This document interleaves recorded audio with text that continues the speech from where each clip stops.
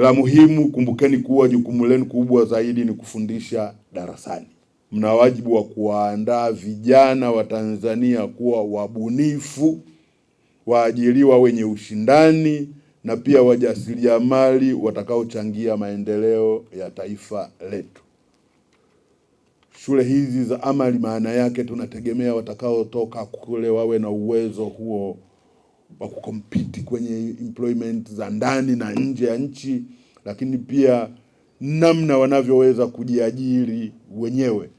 Kwa hiyo mlichokiona huko, mlichojifunza, waleteeni vijana hawa ili waweze pia kuwa wajasiriamali wazuri watakaochangia katika maendeleo ya taifa letu. Kule kwenye shule mlikotoka tunategemea kuona mabadiliko chanya, na haya yatasaidia sana kuonyesha kwamba ile investment ambayo tumeweka imetoa product, na product ni yale mafanikio chanya ambayo ndugu zangu mtaenda kuonyesha kule. Twende tukatoe huu ujuzi tulioupata kwa vijana wetu ambao tunaenda kuwafundisha. Mtakumbuka tuliongea wakati mnaondoka, tuna walimu kwenye shule hizi ambazo mmetoka, walimu 751 na tumeweza kupeleka walimu 150.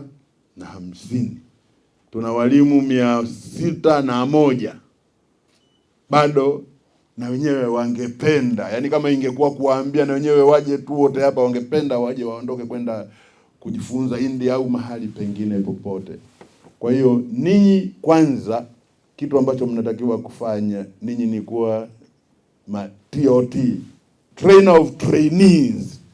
Kwa ninyi mkifika, anzeni kuwafundisha wale walimu wenzetu ambao hawakuweza kwenda kule India.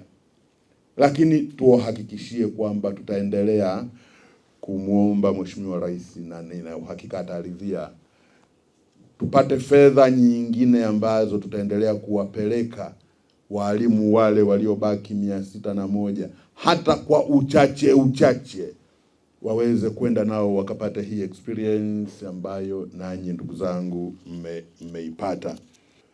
Mimi kwa niaba ya uongozi wa wizara ninayoiongoza niwapongeze Waziri wa Elimu na timu yake, pongeze Katibu Mkuu TAMISEMI na timu yake kwa kazi hii ya maandalizi haya, lakini nanyi niwapongeze sana kwa kwenda na kurudi salama.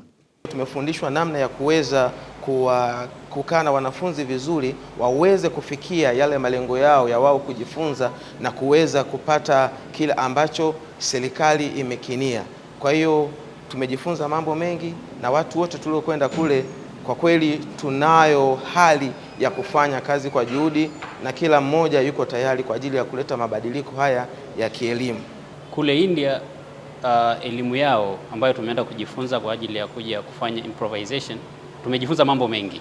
Ni pamoja na namna wanavyoandaa mitaala yao, wanaangalia nini hasa na nini wanachokifanya katika implementation. Kwa kuwa wao ni nchi ambayo imeendelea kiviwanda, wanaandaa mitaala yao kulingana na uhitaji wa viwanda. Ninaamini tulioenda kujifunza kule tutaenda kufanyia utekelezaji kwa asilimia kubwa, kwa sababu mwalimu ni mlezi, na sisi hao watoto tutaenda kuwalea kwa ajili ya taifa la kesho. Tutakuwa mfano. Asante sana.